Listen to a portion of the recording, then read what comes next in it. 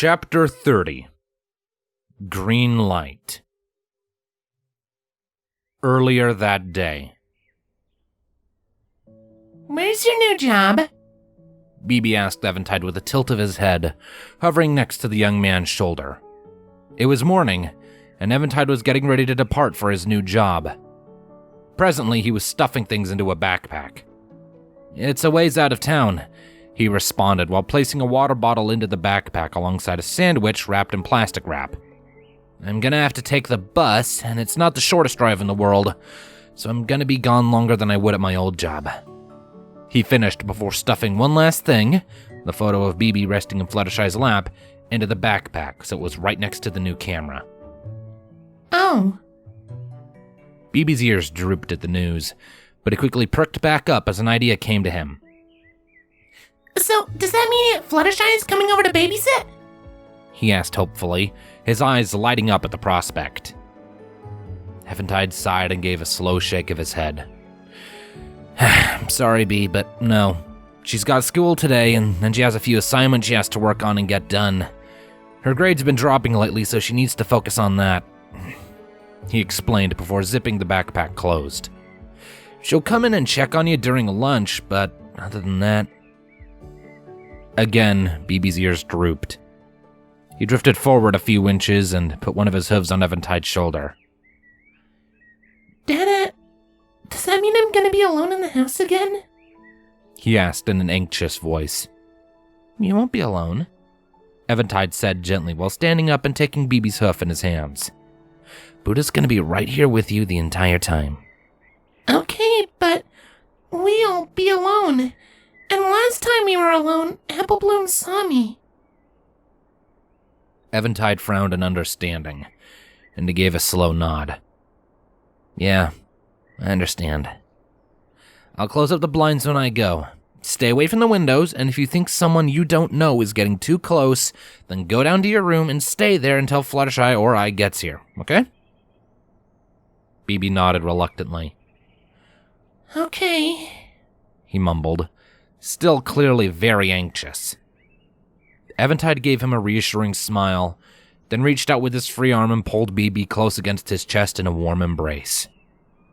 BB eagerly returned the hug, happily drinking in all of the love that Eventide was radiating.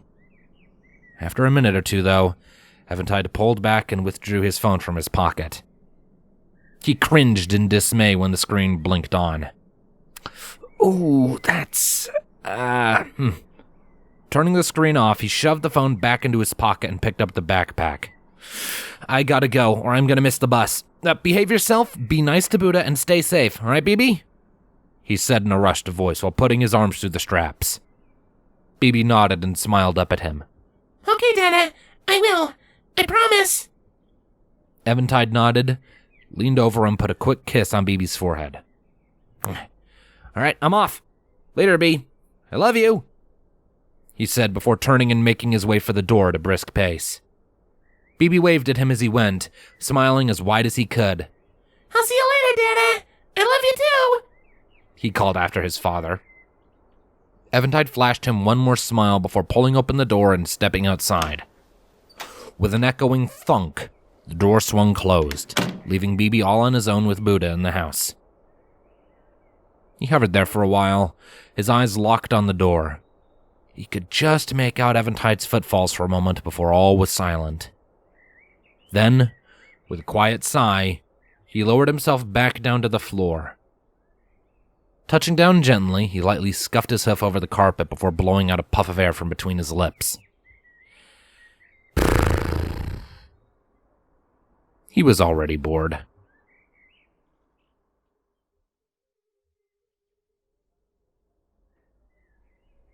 The seconds slowly ticked by, gradually turning into minutes, and eventually into hours. BB did his level best to entertain himself in that time, and for a while at least he was successful. He found Buddha napping on Eventide's bed where she did not belong, and so he tackled her in the side. The two had then played for a while, chasing each other around the house and just generally roughhousing. They wound up stopping when they bumped into the table, though, as they almost knocked it over. After that, BB had spent a few minutes wandering around, poking things and exploring some of the more isolated corners of the house. He had been surprised to find a big ball of dust behind the bathroom sink, and he gasped with excitement upon discovering it. He then spent the next 5 minutes sneezing, as his gasp had caused the dust to be sucked up into his nose. Once his nostrils and lungs had sufficiently warded off the invader, he went to the living room chair, sat down, and tried to turn on the TV. He knew that the remote was the key to make the magic box work, as he had seen Eventide use it a lot. But sadly, BB had never been shown which buttons specifically to push to make things happen. More than that, his hooves were less than ideal for pushing these tiny buttons.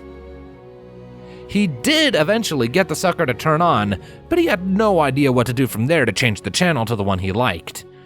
He must have wasted 20 minutes pushing buttons, looking at weird boxes that inserted themselves over whatever the commercial on was, and watching weird bars change size and color every so often.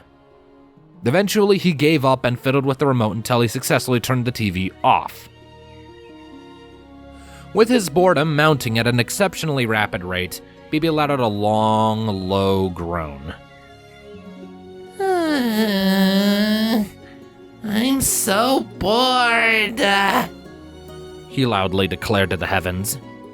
When nothing answered him, he turned and made his way over to Buddha, who was currently in the process of nibbling on what little remained of her breakfast from earlier that morning. Buddha, I'm bored. He whined to the dog, hoping that maybe they could play again. Buddha glanced at him while licking her chops. The two made eye contact for a minute or two before Buddha went back to her food, leaving BB's wish for fun unfulfilled. BB grumbled to himself before spinning on his hooves and heading down to his room. He had toys down there. He could play with them. Once he entered his room, he flew up to the roof and pulled the chain that turned on the light. With everything lit, he turned and started scanning the floor for any loose toys he had left strewn about. He let out a happy little gasp when he spotted his favorite ant plushie in the middle of the floor, belly up. He thought back on the name he had given it, rubbed his hooves together, and shot down. Hey, Wovey, He greeted the plushie once his hooves were on the floor. we're gonna go on an adventure, you and me. He grinned widely and lifted the plushie in his hooves. We're gonna have so much fun until Daddy gets... Everything stopped.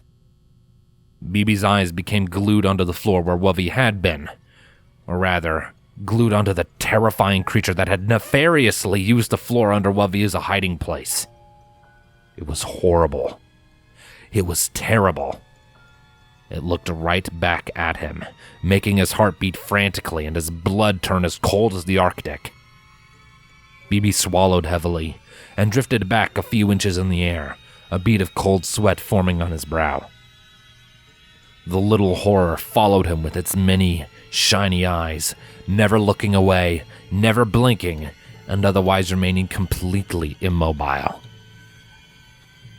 BB waited with bated breath for the 8-legged monster to do something. And so it did. The spider lifted up one of its legs in a gesture that looked vaguely like a wave. BB screamed at the top of his lungs.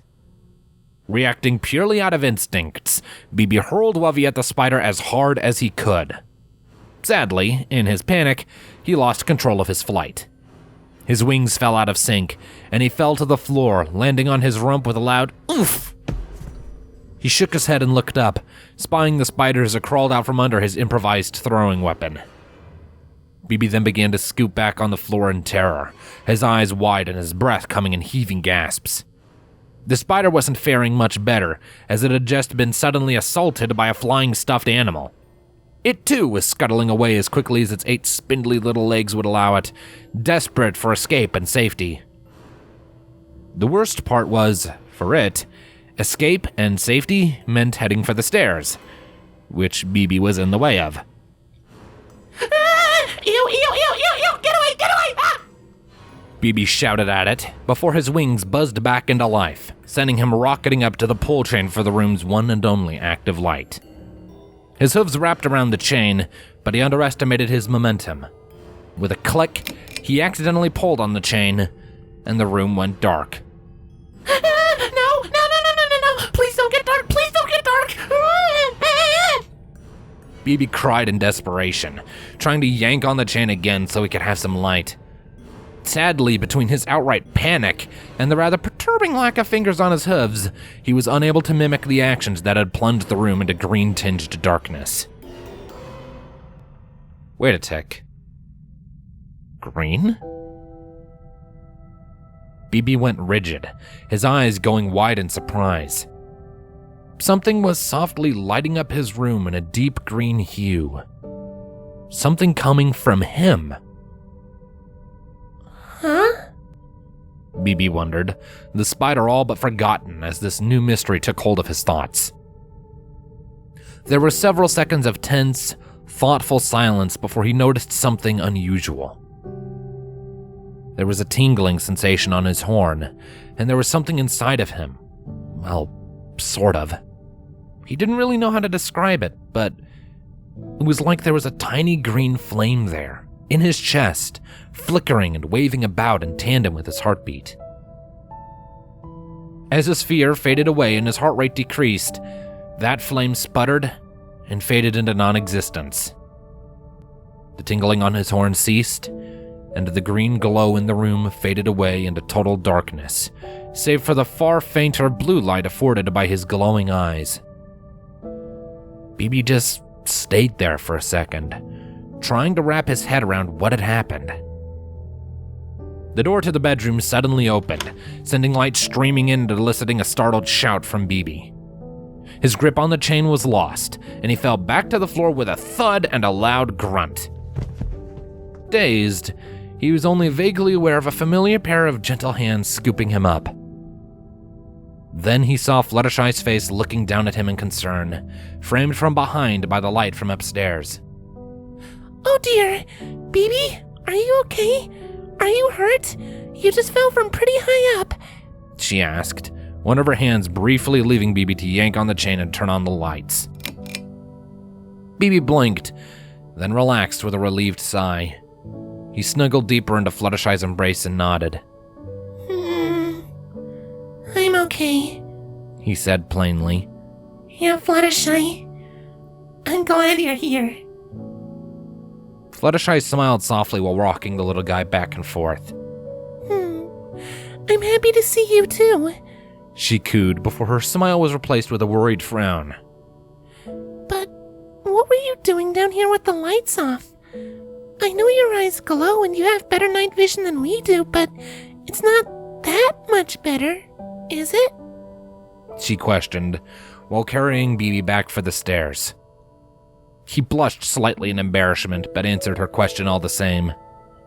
I didn't mean to be in the dark.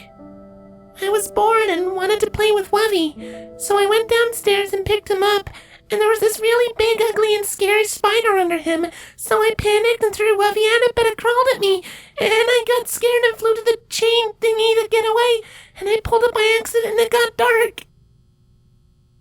He explained in one long, uninterrupted spiel before sneaking an anxious glance at the floor.